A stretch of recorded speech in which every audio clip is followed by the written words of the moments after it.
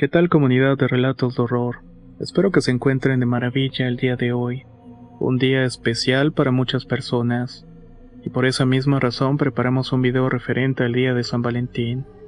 Pero créanme, algunas situaciones de amistad y amor que escucharán en esta recopilación de historias no son las típicas.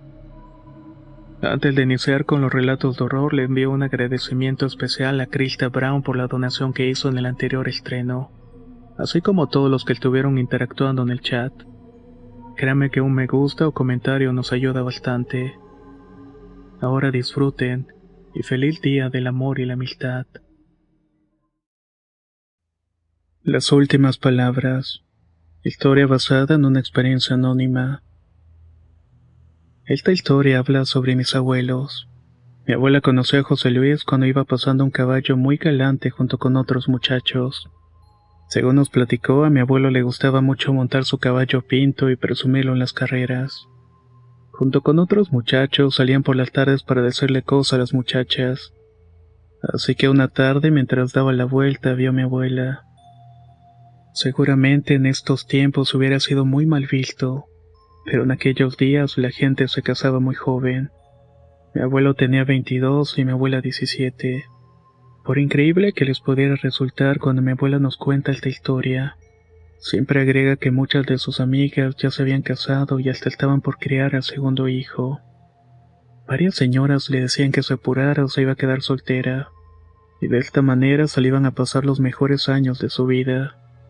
Mi abuela no quería casarse con ningún señor apestoso que la tratara como sirvienta y solamente se apareciera por la casa para hacerle hijos. Ella tenía la ilusión de encontrar un hombre que la respetara y diera su lugar como compañera de vida. Esa tarde se había animado a dar la vuelta con unas amigas. Desde la distancia le llamó la atención el caballo pinto de mi abuelo. Cuando pasó junto a ella se quedó deslumbrada. «Adiós, chula», le dijo José Luis, que al mismo tiempo se puso colorado. Mi abuela recuerda ese detalle porque los demás muchachos se comenzaron a burlar de él, y al mismo tiempo lo estaban animando para que invitara a mi abuela por una nieve. Así fue la primera vez que salieron juntos.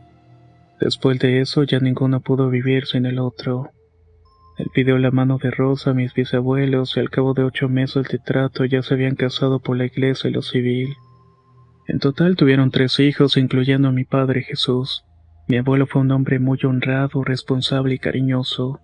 Con unos ahorros pusieron un almacén donde se molía maíz para el ganado. Poco a poco fueron metiendo más cosas. Vendieron pacas de alfalfa y sorgo. Trabajaba de sol a sol para darle a su mujer e hijos la mejor vida posible. Aunque eso sí, nunca dejó al lado su afición por los caballos y las carreras.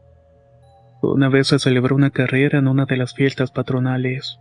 Le estuvo rogando a mi abuela para que le diera chance de participar porque extrañaba la adrenalina de ir a todo galope.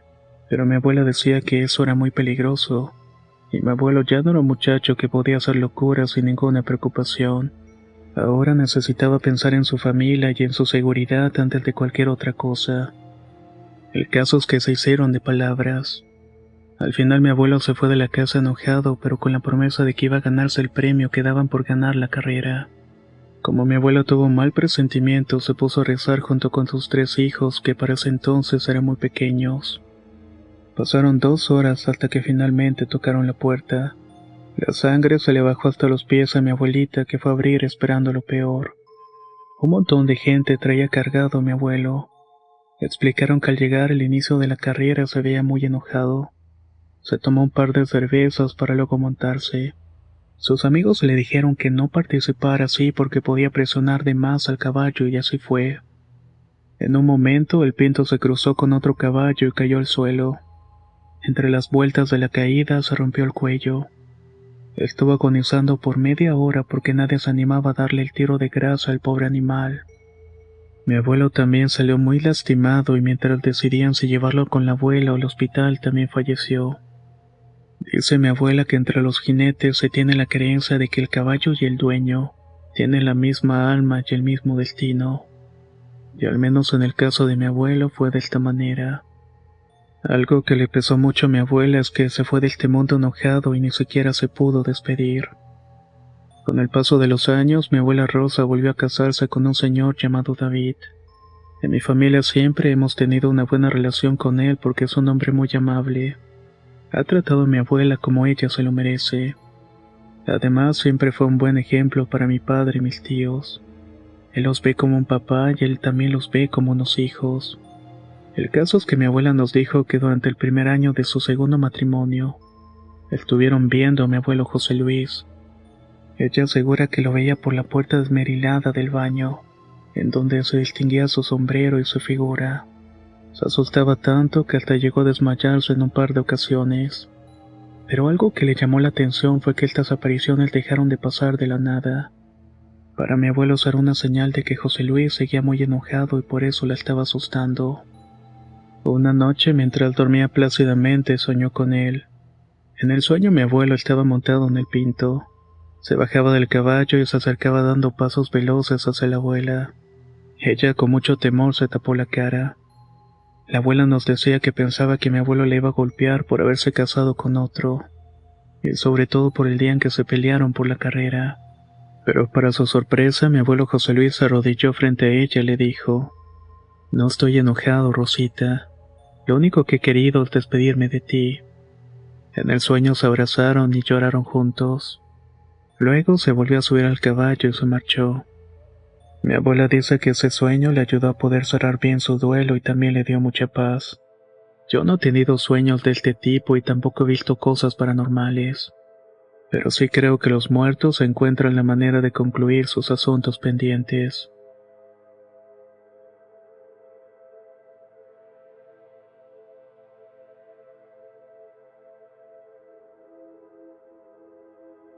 Deshacerme de mi mejor amiga. Historia adaptada por Álvaro Ramos. Mari es una chica muy divertida, muy linda, amable, estudiosa, educada. Muy diferente a lo que sea que se aparece en mi baño.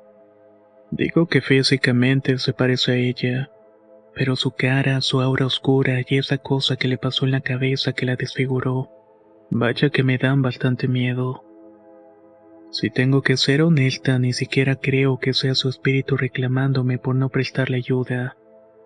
Quiero contarles cómo comenzó todo, y por qué de repente este año comencé a verla. Mari y yo éramos compañeras en la universidad. Ambas estudiábamos la carrera de contaduría pública y aunque solamente compartimos 2 años, nos hicimos las mejores amigas. Ella era una chica de una familia bastante religiosa y estricta. Cuando comenzó a salir con nosotras fue descubriendo su mundo nuevo, uno que le llamó la atención. Eso sí, siempre era pegada a sus valores morales y religiosos. Fue así como en una salida de amigas un 13 de febrero conoció a Guillermo, un chico de 27 años que dijo ser exalumno de la facultad. Para nosotras, todas de 20, representaba lo que todos queríamos. Un chico guapo, con trabajo estable, muy divertido, atento e inteligente. Pero por alguna razón se interesó en Mari, quien debo reconocer era muy bonita cuando se soltaba el cabello y se ponía un poquito de maquillaje. Guillermo iba y venía de su mesa a la nuestra y nunca dejó de estar atento a Mari al final de la noche. Nos acompañó a mi casa y le pidió una cita para el día siguiente en San Valentín. Mari aceptó la cita y quedaron de verse cerca de un café en la universidad. Pero a palabras de ella todo salió bien. De allí se fueron a bailar a una discoteca. Mari llegó a mi casa cerca de las 2 de la mañana. En la pensión donde vivía cerraban el portón a las 2 entre semana. Después de esa hora ya no entraba nadie. Así que para que sus papás no se enojaran con ella, les dijo que se había quedado conmigo porque celebramos el Día de la Amistad. Esa noche me contó una historia de amor que le daría envidia a cualquiera. Guillermo resultó ser el mejor hombre del mundo. La estaba esperando fuera del café con un hermoso ramo de flores. Iba bien arreglado y perfumado. Le escribió una carta de la cual le decía que verla había sido lo mejor que le había pasado en los últimos años. Fue amable y se interesó en toda la cena en ella, en todo lo que ella tenía que decir y se portó como un caballero toda la noche. Lo único que le causó dudas a Mari fue que cuando le dijo que se tenía que ir porque a las 12 ya nadie podía entrar a la pensión, él le dijo que si quería se podía quedar con él. que vivía cerca de la facultad y podía irse temprano a clases. Mari se negó por dos cosas. Tenía que hablar con su mamá y que su madre escuchara mi voz para que no la regañara. Y aparte porque ella era virgen y no quería que su primera vez fuera con alguien que había conocido hace unas 24 horas antes. Escuchar a Mari ser tan feliz me daba mucho gusto, pues la verdad es que yo la veía reprimirse tanto por sus principios morales. Ya saben cómo son las cuestiones religiosas. Habían cosas que a su edad ya le estaban pareciendo interesantes. Mari comenzó a salir con Guillermo y todo marchaba de maravilla. Se hicieron novios a las 2 semanas de conocerse y lo repito, su relación era tan bonita que esta envidia me daba. Con el paso de los días, Mari comenzó a liberarse de cuanto en sus estrictos códigos morales. Empezó a disfrutar un poco más la relación. Guillermo era un caballero con ella e incluso con nosotras, sus amigas. Constantemente nos invitaba a reuniones con sus amigos e incluso a fiestas con su familia, quienes también eran unas personas excelentes. Era muy lógico que Mari estuviera tan enamorada. Para las vacaciones de Semana Santa, Guillermo había preparado un viaje a la playa, pero no contaba con que Mari no iba a poder, pues tenía que asistir a actos religiosos con su familia. No era una obligación, pero era parte de su fe, y también de sus convicciones, cosa que no iba a cambiar por nada ni por nadie. Guillermo al principio le cayó por sorpresa, pues él ya tenía todo pagado y si bien era un error por no haber preguntado, no reaccionó de la mejor manera posible. Guillermo desapareció por unos días y cuando volvió a hablar con Mari hizo como que nada pasaba. El enojo se había esfumado y de hecho ya estaba planeado un viaje de fin de semana para cuando Mari volviera a la ciudad. Y como los papás de ella no sabían que tenía novio e iba a estar ocupada, le dijo que ya no hablaría con ella hasta volver de las vacaciones. Esto para que no tuviera que sentirse presionada y tener que esconderse de su familia. Sin duda parecía perfecto, al menos hasta que la fecha del viaje llegó. Mari estaba muy emocionada porque era la primera vez que saldría de la ciudad sin su familia. El lugar de donde era ella era mucho más pequeño, y por lo tanto no tenía tantas distracciones allá. El viaje le había parecido una gran oportunidad para conocer algo nuevo. Ella recordaba que al principio todo iba bien, que lo único que le había llamado la atención era que Guillermo había guardado muchas botellas de alcohol. Mari no tomaba, y no recuerda que él tomara tanto cuando salían. Al volver del viaje, Mari ya no fue la misma. Yo quería que me contara todo, completamente todo, pues ella ya venía dando pistas de que tal vez Guillermo era el indicado, que era el hombre con quien le gustaría perder su virginidad. Lamentablemente lo que me contó fue muy diferente a lo que ella imaginaba. Por la noche al volver de su paseo por el pueblo, Guillermo comenzó a beber de manera que nunca lo había hecho. Presionaba a Mari para que se tomara una copa con ella. Al principio se negó, pero al ver que su novio se molestaba con ella de forma negativa, decidió accederse a tomar una copa. Este fue el principio del fin de aquella relación. Mari comenzó a sentir mareos y mucho calor. Sentía que se sofocaba y el corazón se le estaba acelerando. Creía que tal vez eran los efectos del alcohol. Por un momento pensó que tal vez estaba experimentando su primera borrachera, pero de pronto se dio cuenta de que no era así. Guillermo le había metido algo en la bebida para adormecerla, y mientras la besaba y le quitaba la ropa le decía que había esperado mucho, que había gastado bastante dinero y que ya no iba a estar esperándola. La insultaba diciéndole que era una mojigata como todas las demás niñas de iglesia, pero que en el fondo todas querían lo mismo. Mari forcejeaba queriendo evitar que Guillermo abusara de ella, pero su cuerpo no reaccionaba del todo. Intentó darle una bofetada a Guillermo y él te respondió con mucha agresividad, aprovechándose de ella de las maneras más horribles. Al día siguiente Guillermo estaba como si nada. Se regodeaba y presumía su resaca, feliz y satisfecho porque había conseguido lo que tanto quería. Mari, en cambio, no dejaba de pensarle que le había fallado a sus padres, a Dios y a ella misma. La vergüenza que sentía le daban unas ganas enormes de llorar. El asco que le daba pensar en lo que había pasado le provocaba un malestar muy grande. Cuando llegó a la ciudad, Guillermo ni siquiera la llevó a su casa. La dejó en una avenida cercana para que tomara un taxi y se marchara. El muy imbécil no le volvió a llamar hasta un mes después.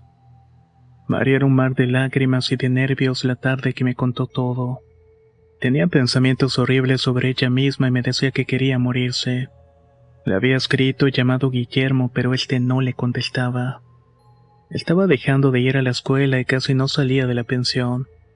La depresión en la cual se sumió la llevó incluso a renegar de su fe y tomar un camino distinto cuando la primera fotografía llegó. Guillermo no solamente había abusado de Mari, sino que se había aprovechado y tomó fotografías y videos de ese momento. Todo era bastante explícito.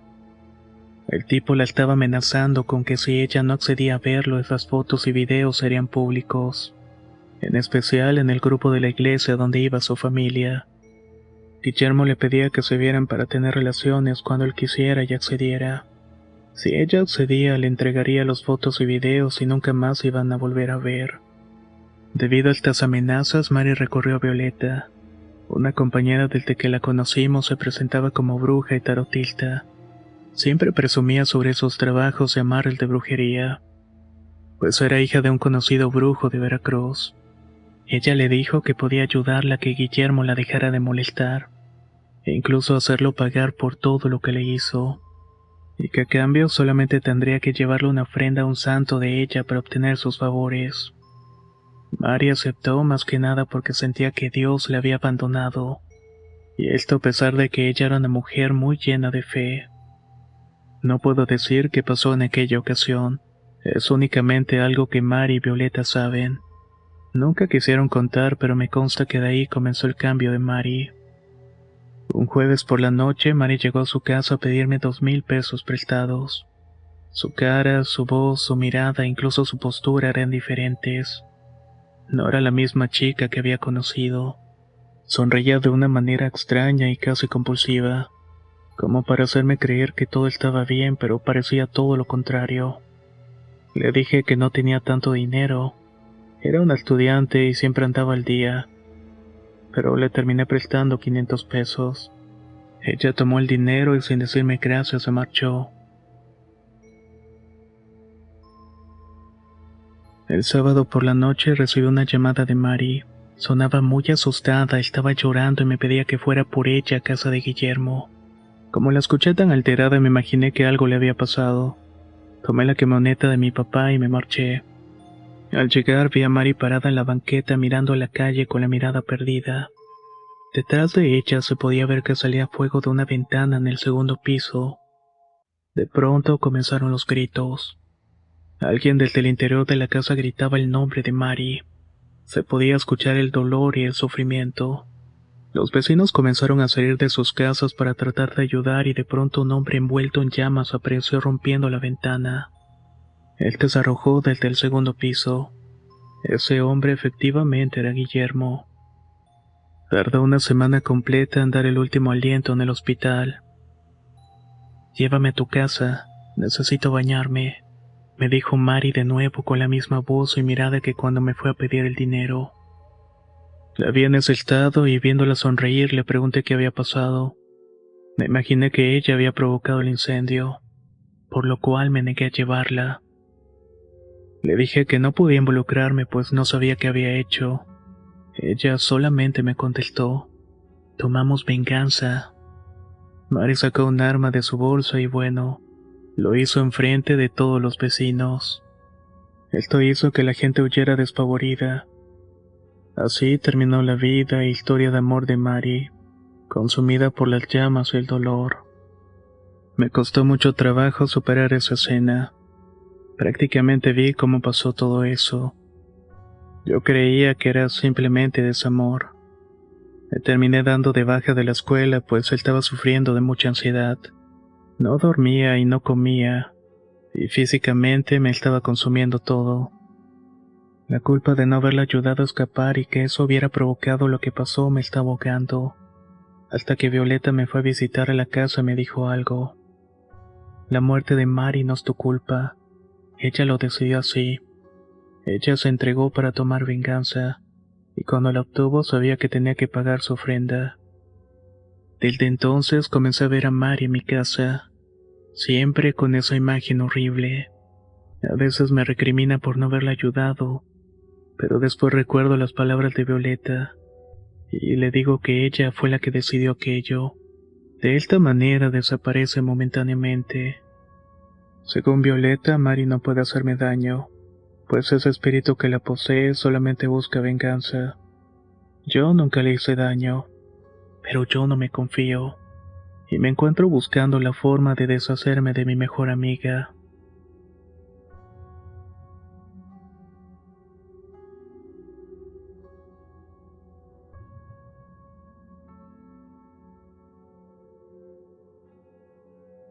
Lo que le pasó a mi madre. Historia basada en la experiencia de Noé Arellano. Me gustaría contar esta experiencia que le pasó a mi madre por allá del año 2000. Su nombre es Rosalinda y en aquella época tenía 27 años. Vivía con sus hermanas y mis abuelos en el bello estado de Michoacán. Año tras año una empresa de melón reabría y en esa época del año había mucho trabajo. Mi mamá conseguía su puesto como empacadora de melón.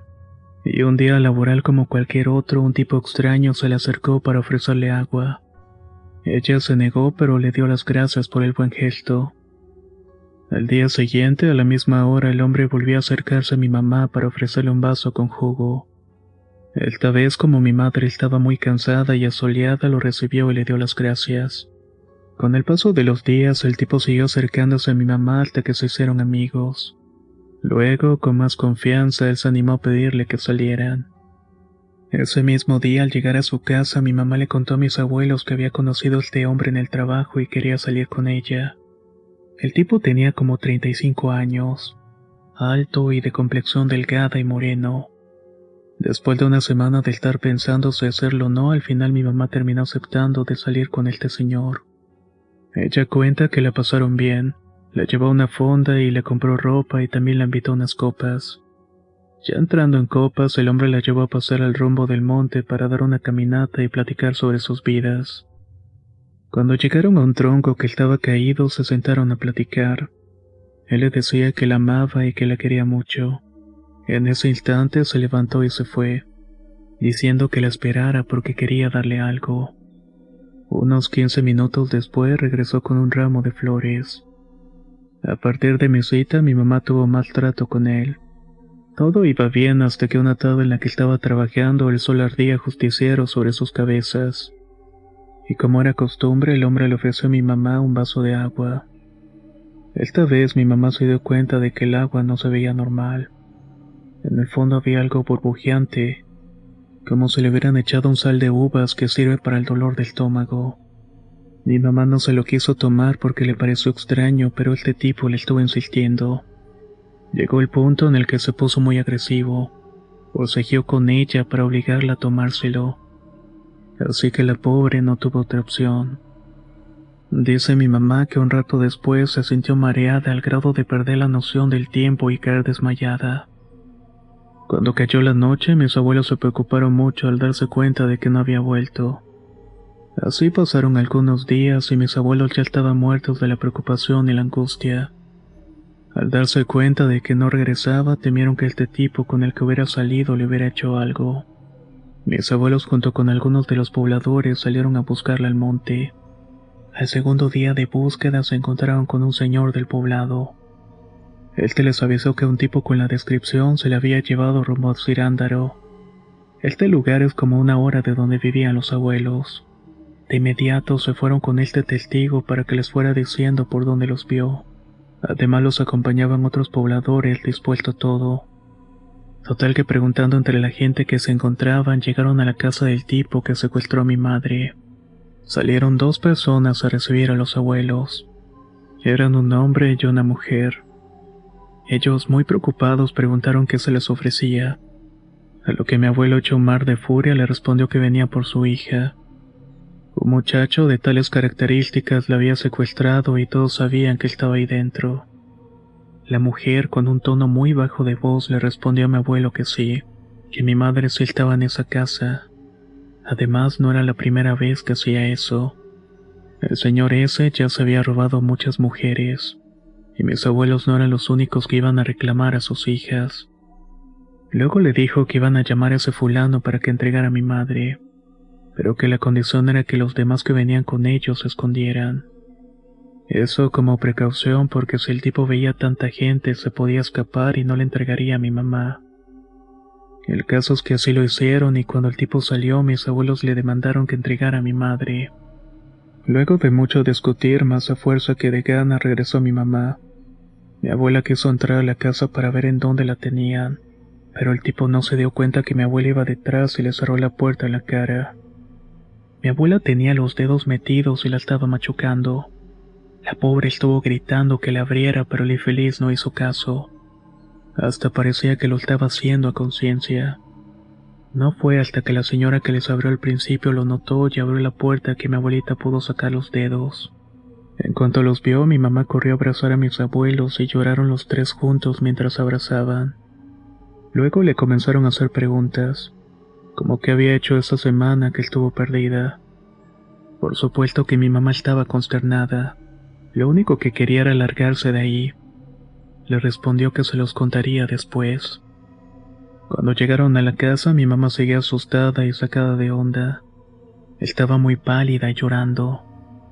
En cuanto se calmó un poco, mis abuelos volvieron a insistir en lo que había ocurrido, que era lo que había pasado con ese hombre.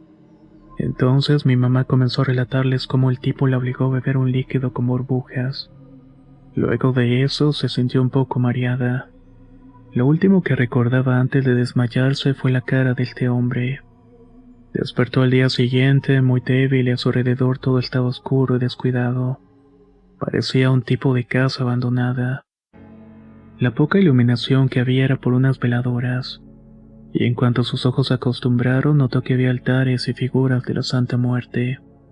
La mayoría de las figuras que distinguió eran realmente monstruosas, caras con cuernos, ojos desorbitados y rostros desfigurados.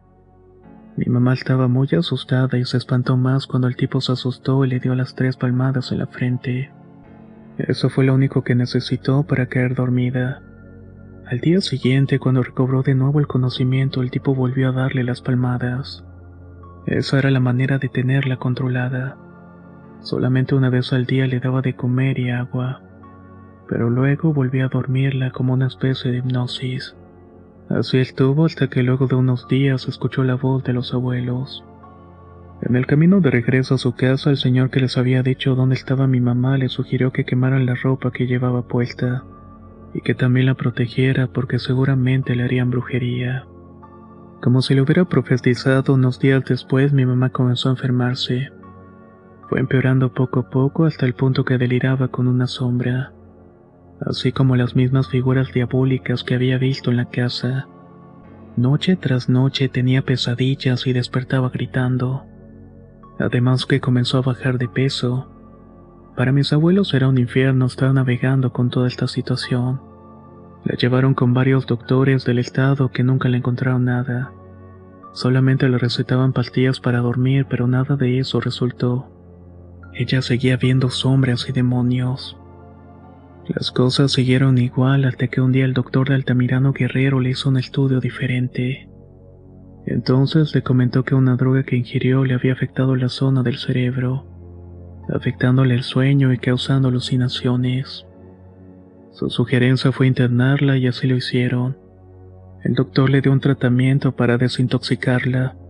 Tanto mi abuela como mi abuelo se turnaban para cuidarla durante esa semana que estuvo bajo revisión. Una noche en la que la abuela estaba sola en la casa, abrieron la puerta y entró el mismo hombre que la había secuestrado. Lo hizo como si nada, diciendo que había ido para llevársela.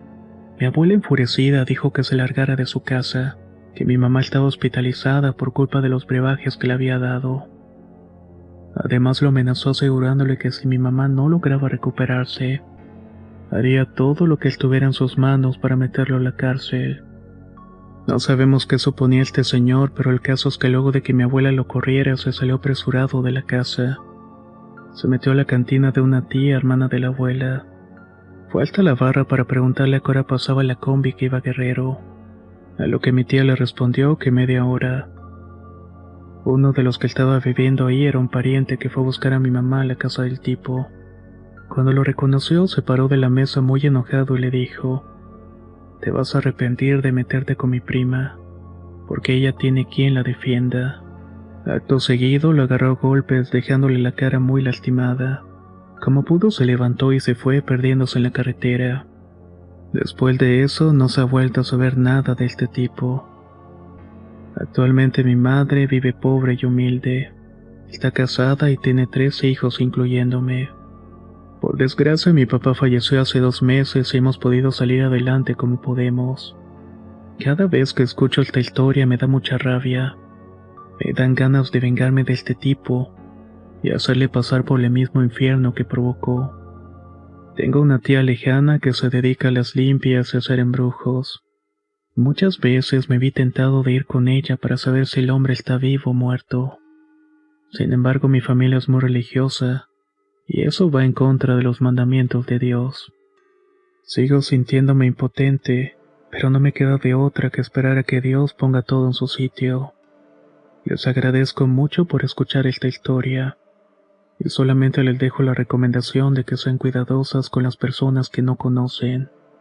No todas las personas son buenas en este mundo.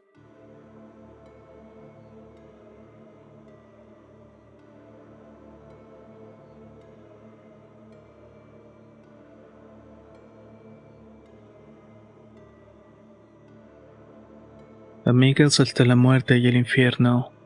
Historia escrita por Eduardo Liñán.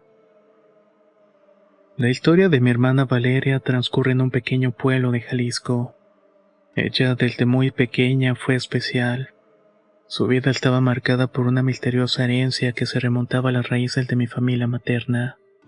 Esta era proveniente de Hungría durante la Segunda Guerra Mundial. Nuestra matriarca, doña Irene, fue una mujer fuerte y decidida. Llegó a México con apenas unos centavos y un talento especial: sus dones esotéricos.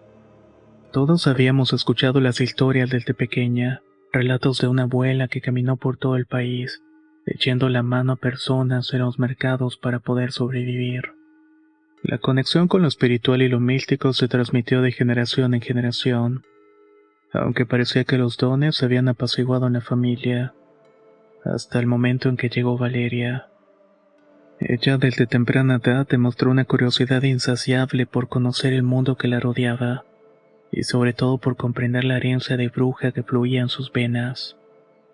Mi familia en su mayoría había optado por una vida más convencional, alejada de las prácticas de bruja de la abuela Irene. Pero Valeria, con su personalidad inquisitiva, se marcó en una búsqueda constante de conocimiento sobre la magia. Se metió en la clarividencia y en la conexión con el más allá. Leía libros, exploraba prácticas y se adentraba en el mundo de la espiritualidad con un deseo ferviente de comprender su linaje. Inteligente y perspicaz, siempre destacaba en la primaria, aunque a veces su mente divagaba hacia mundos invisibles y dimensiones místicas. A medida que iba creciendo, se volvía más consciente de sus propios dones, y sus experiencias paranormales se volvían más frecuentes e intensas, si es que las podemos llamar de alguna manera. Pero nunca tuvo control sobre ello. Esto era lo que lo frustraba, y fue hasta que llegó a la adolescencia que se calmó con un poco en ese sentido. Se interesó en otras cosas de su edad, viviendo una vida como las demás jóvenes. A pesar de ello, todos en la familia sabíamos que llevaba consigo una herencia, y fue precisamente cuando llegó a la pubertad, donde sus habilidades se manifestaron con mucha fuerza, aunque al principio eran sutiles como sueños premonitorios y visiones. Ella no podía ignorar la llamada de lo espiritual que resonaba en su interior. Siempre en esta etapa fue donde se enfrentó a un dilema: seguir los pasos de la abuela Irene explorando el mundo esotérico, o mantener una vida convencional. Pero fue cuando entró a la secundaria donde la amistad con Sofía fue clave para que Valera decidiera aceptar su destino, y compartir de esta manera sus habilidades con el mundo. De esta manera da inicio una historia de amistad, clarividencia y decisiones que cambiarían sus vidas para siempre. Ellas eran inseparables. Valeria y Sofía habían compartido risas, secretos y aventuras desde que eran unas pequeñas en la primaria. Pero su amistad creció y se hizo más fuerte al entrar en la secundaria. Era como un lazo inquebrantable que resistía el paso del tiempo. Ambas eran conocidas en la escuela por ser las chicas inseparables. Siempre estaban juntas, enfrentando el mundo mano a mano. A medida que crecían, la vida de mi hermana dio un giro inesperado. Descubrió que poseía dones de clarividencia más fuertes, y también confrontaba visiones que le afectaron en su mente y espíritu. Al principio eran sutiles presentimientos, sueños premonitorios que la dejaban inquieta cuando despertaba. Pero con el paso del tiempo comenzó a percibir presencias apenas visibles en la realidad cotidiana, entidades que le entregaban mensajes misteriosos, y esta última en particular eran muy perturbadores. Intrigada y asustada por estos fenómenos paranormales, mi hermana confió en su amiga para contarle lo que estaba experimentando. La complicidad entre ellas se fue fortaleciendo todavía más, y Sofía, lejos de alejarse por temor, alentó a Valeria a explorar y entender sus dones. En una noche de risas y confidencias, la compañera sugirió la idea de que podrían usar sus habilidades para ayudar a otras personas. Podrías leer las cartas para las chicas del colegio e interpretar sus sueños, sugirió con una chispa traviesa en los ojos. La idea no pasó desapercibida, y fue en ese momento que mi hermana decidió darles una oportunidad a esos dones. Estaba confiando en que podía hacer el bien. Valeria se convirtió en una especie de oráculo entre las chicas del colegio. Ofrecía lecturas de carta y revelando mensajes de sueños. Pronto su fama se extendió más allá de los límites del instituto, y la demanda de sus habilidades fue creciendo. Las amigas acudían a ella en búsqueda de respuestas y orientación, y a pesar de su inexperiencia se esforzaba por ayudarlas de la mejor manera posible. Sin embargo, lo que comenzó como un camino de iluminación y apoyo se tornó complicado. Empezó a sentir la carga de las expectativas y responsabilidades de sus habilidades. La línea entre la realidad y el mundo espiritual se volvía borrosa, y las consecuencias de sus predicciones comenzaron a afectar la vida de quienes la buscaban. Y eso precisamente fue lo que desencadenó una historia de tragedia. Una tarde nublada, Valeria y Sofía se aventuraron hacia el edificio de departamentos donde vivía una joven compañera de su clase. La había buscado para la ayuda de su hermana. A medida que se acercaban al lugar, la ansiedad se apoderaba de mi hermana, aunque no sabía exactamente el porqué. La sensación de sufocación y la presión en sus hombros aumentaba a medida que se adentraba en el edificio viejo. Era un lugar de pobreza humana y espiritual, y esto era evidente en cada pasillo y departamento en construcción. El ambiente de este lugar parecía denso, cargado de malas energías. Era como si estuviera caminando hacia lo desconocido. Ella, a pesar de sus dones y habilidades, nunca había experimentado una sensación tan intensa. Era casi como si fuera una advertencia. Sin embargo, su determinación y la preocupación por la joven y su hermana la impulsaron a continuar. Cuando llegaron al departamento indicado, se sintió invadida por una energía extraña. La joven anfitriona les dio la bienvenida con cierto nerviosismo, pero estaba agradecida de que estuvieran dispuestas a ayudarla. La hermana enferma yacía en su cama, aparentemente débil y demacrada. No dormía, no comía y estaba consumida por el miedo. Valeria, con sus cartas en mano, decidió hacer una lectura para entender la naturaleza del problema. Sin embargo, mientras desplegaba las cartas sobre la mesa, la sensación de sofocación y presión en sus hombros alcanzó su punto máximo. La habitación parecía vibrar con una energía desconcertante, y se esforzaba por mantener la concentración lo más que podía. Las cartas no revelaron mucho, solamente algo desconcertante y difuso, aunque en este punto comenzó a experimentar una sensación, una oscura presencia que rodeaba a la hermana enferma. Era como si una sombra maligna se postrara sobre ella, afectando su salud y bienestar. Aunque estaba acostumbrada a interpretar señales, esta vez la conexión con lo espiritual le resultaba abrumadora. Sofía, preocupada por su estado, le sugería abandonar la situación, pero Valeria, impulsada por su deseo de ayudar, decidió enfrentarse a la oscuridad que amenazaba a la joven. Mientras pronunciaba palabras de protección y realizaba rituales que conocía para purificar el ambiente, la habitación parecía temblar con una fuerza invisible. Mientras esto pasaba, decidieron tomar un respiro y beber algo en la cocina. La compañera, entonces con voz temblorosa, compartió la historia de su hermana. Las amigas estaban escuchando atentamente. Según relataba, todo comenzó después de asistir a un funeral familiar en el antiguo cementerio del pueblo. De ahí eran originarios sus padres. Su hermana, en un acto de curiosidad inadvertida, se alejó del grupo y se aventuró entre las tumbas ante el aburrimiento y con mirada curiosa. Leía nombres e inscripciones en las lápidas para matar el tiempo mientras acababa el entierro. Entre las tumbas encontró algo que le llamó la atención. Objetos personales atados a una bolsa negra. Al examinar más de cerca descubrió que eran pertenencias valiosas que parecían olvidadas. Sin pensar demasiado las tomó y las guardó en su mochila. En casa abrió la bolsa negra con la esperanza de encontrar más objetos valiosos, pero se encontró con un macabro hallazgo. Había una calavera humana y huesos con putrefacción pegadas a estos en el interior. Aquello revelaba la naturaleza siniestra de aquellos objetos. Era brujería en su forma más perturbadora. Impactada y temerosa, la hermana decidió deshacerse de todo eso arrojando los huesos y la calavera a la basura. Sin embargo, lo que parecía haber sido el intento de liberarse de la influencia negativa, terminó desencadenando una serie de eventos oscuros. La salud de su hermana se deterioró rápidamente, y pesadillas horribles comenzaron a acosarla. Traspasaban la línea entre los sueños y la realidad. La joven continuó su relato describiendo la presencia perturbadora que se había instalado en la habitación de su hermana. Un aire fétido, denso y malévolo que tomaba forma las noches. Aseguró que esta entidad adoptaba la figura de un hombre oscuro, uno que se ocultaba en el armario donde colgaba las prendas de ropa. En las oscuras horas de la madrugada y al dar las 3 de la noche, las puertas del armario se abrían con un inquietante rechinido, revelando la cabeza de esta entidad grotesca asomándose. Su hermana, entre retorcimientos y pesadillas aterradoras, parecía ser presa de esta presencia. Días y noches transcurrieron de esta manera mientras los padres de la joven desconocían por completo la situación. Temían contarles pues eran estrictos y severos, y el miedo a los castigos las mantenía en la penumbra. La joven, desesperada y sin saber a quién recurrir, decidió ir con Valeria en búsqueda de ayuda.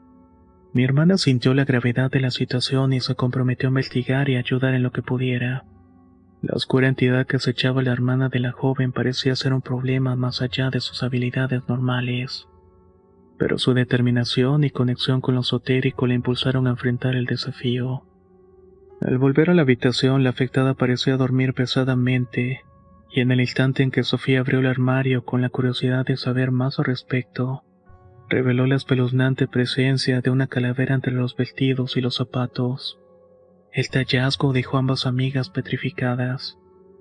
La mirada vacía de las cuencas parecían penetrar sus almas, y un gemido de asombro escapó de sus labios al mismo tiempo. Valeria, desconcertada, cuestionó cómo esa osamenta había vuelto, ya que la joven había asegurado que la había tirado. La compañera, con expresión confusa y temerosa, admitió que a pesar de deshacerse de esos huesos, algo nublaba su entendimiento, y no podía comprender el motivo de su regreso. Cada vez que la tiraban a la basura, ésta de algún modo volvía a aparecer en el mismo lugar a pesar de haber cerrado con llave. En este momento, como una ráfaga de oscuridad, el espíritu acosador tomó posesión del cuerpo de la afectada. Se levantó repentinamente hablando a través de ella, pronunciando palabras dirigidas directamente a mi hermana. Valeria, no te metas en caminos que no comprendes. Desiste. Tras estas palabras, la joven cayó en un profundo sueño. Valeria, aunque temerosa y pálida, decidió continuar con su misión de ayudar a la hermana afectada, aunque no sabía realmente por su inexperiencia. Sin embargo, antes de que pudiera dar un paso más, Sofía, en un acto impulsivo, tomó la calavera en sus manos. En ese instante, el aire se cargó de electricidad y cayó al suelo víctima de convulsiones. Ante la situación que se estaba desencadenando en la habitación sin poder dar crédito, ambas chicas decidieron sacarla del cuarto y tratar de ayudarla alejándola de toda mala influencia. Todo se había salido de control, y ella, en su incapacidad para resolver tremendo problema, decidió sacrificarlo todo por su amiga. Así ambas chicas corrieron con Sofía a cuestas, Gritaba desgarrando su garganta y era como si aquello que se metió en su cuerpo tratara de hablar, pero solamente emitía gritos y gemidos de ultratumba. Luego de alejarse del edificio, el patio trasero se convirtió en el escenario de una lucha sobrenatural. Mientras tanto, Valeria, desesperada, intentaba salvar a su amiga poseída. Con gran determinación comenzó a rezar con fervor, pero Sofía parecía inmune con sus invocaciones.